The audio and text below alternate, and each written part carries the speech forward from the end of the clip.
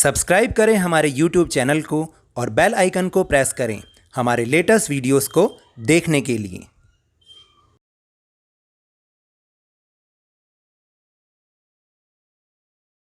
अब मैंने इंस्टाग्राम पर भी अपनी आईडी बना ली है, लवनीश सर की क्लास _22।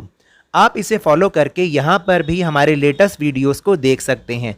इसका लिंक मैं आपको वीडियो के डिस्क्रिप्शन में भी दे दूंगा।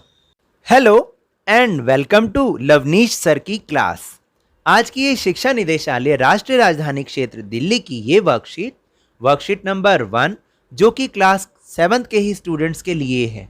यह आपकी पाठ्य पुस्तक वसंत भाग 2 से हम पंछी उन्मुक्त गगन के नाम की कविता से ली गई है। तो चलिए मेरे साथ इसको सुनने और समझने का प्रयास करते हैं। प्यारे बच्चों, कोविड-19 की इस विषम परिस्थिति में निश्चय ही आप कई प्रकार की कठिनाइयों और परेशानियों से जूझ रहे हैं।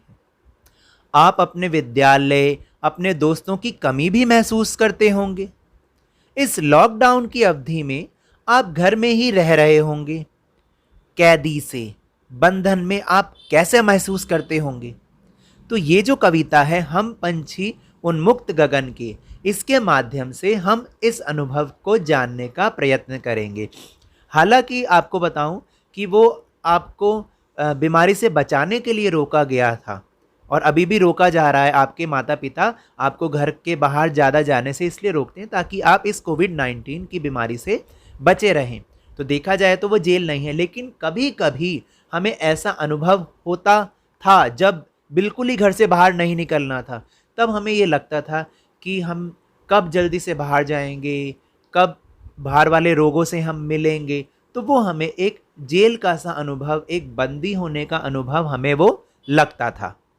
तो यही कैदी या बंदी होने का जो एहसास है वो श्री शिव मंगल सिंह सुमन जी की कविता हम पंछी उन्मुक्त गगन के, इसके माध्यम से आज हम समझने का प्रयास कर रहे हैं।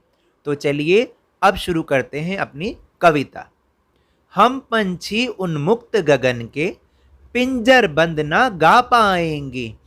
कनक तीलियों से टकराकर पुलकित पंख टूट जाएंगे। हम बहता जल पीने वाले मर जाएंगे भूखे प्यासे।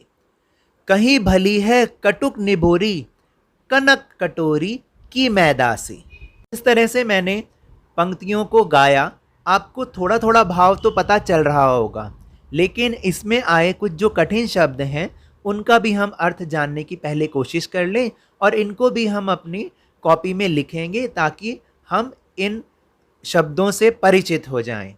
तो पहला शब्द इसमें जो आया था वो था उन्मुक्त। उन्मुक्त का मतलब है बंधन मुक्त, यानी खुला हुआ, आज़ाद। फिर था पिंजर बंद, यानी पिंजरे में बंद। उसके बाद एक शब्द बार बार आ रहा था कनक। कनक का मतलब है सोना, और ये कनक जो है सोना का एक पर्यायवाची भी होता है। पुलकित यानी खुशी और हर्ष से प्रफुल्लित, खुश होना। कटुक यानी कड़वी, और निबोरी आप जानते हैं जो नीम के पेड़ पे लगती है, नीम का फल होता है, उसे हम निबोरी कहते हैं। तो चलिए अब इसका मतलब समझने की कोशिश करते हैं। चिड़िया कहती है हम खुले आसमान के पक्षी हैं, पिंजरे में बंद होकर हम गा नहीं पाएंगे। पिंजरे की इन तीलियों भले ही वे सोने की क्यों ना हो, लेकिन इनसे टकरा टकरा कर हमारे पंख टूट जाएंगे। हम तो नदियों का बहता जल पीने वाले हैं, हम भूखे प्यासे मर जाएंगे इस पिंजरे में। हमारे लिए ये जो कड़वा नीम का फल है वो इस सोने की कटोरी में रखे मैदा से भी बहुत ज़्यादा अच्छा है। यानी जो हमारी आज़ादी की ज़िंदगी है उसमें हमें कितनी कठिनाइयाँ क्यों ना हो, कितने ही हमें कड़वे फल खाने को क्यों ना मिले, लेकिन इस कैद में, इस गुलामी भरे जीवन में अगर हमें कोई पकवान भी दे, मिठाई भी दे, वो भी हमारे लिए अच्छी नहीं है। तो आप कुछ इस कविता का मतलब शायद समझ पाए होंगे। तो चलिए आइए जाने कि अब हमने क्या सीखा। पहला प्रश्न है, पक्षी पिंजरे में क्यों नहीं रहना चाहते? तो इसका उत्तर है कि पक्षी पिंजरे में बंद होकर इसलिए नहीं रहना चाहते क्योंकि वो तो खुले आसमान के पक्षी हैं और उन्हें वहाँ पर उड़ने की आज़ादी भी नहीं है। वहाँ पर मतलब पिंजरे में तो उड़ने की आज़ादी भी नहीं है, तो इसलिए वो पिंजरे में नहीं रहना चाहते। तो दूसरा प्रश्न है, कड़वा नीम का फल निबोरी जो था वो सोने की कटोरी में मैदा से भी ज़्यादा अच्छा क्यों कहा गया है?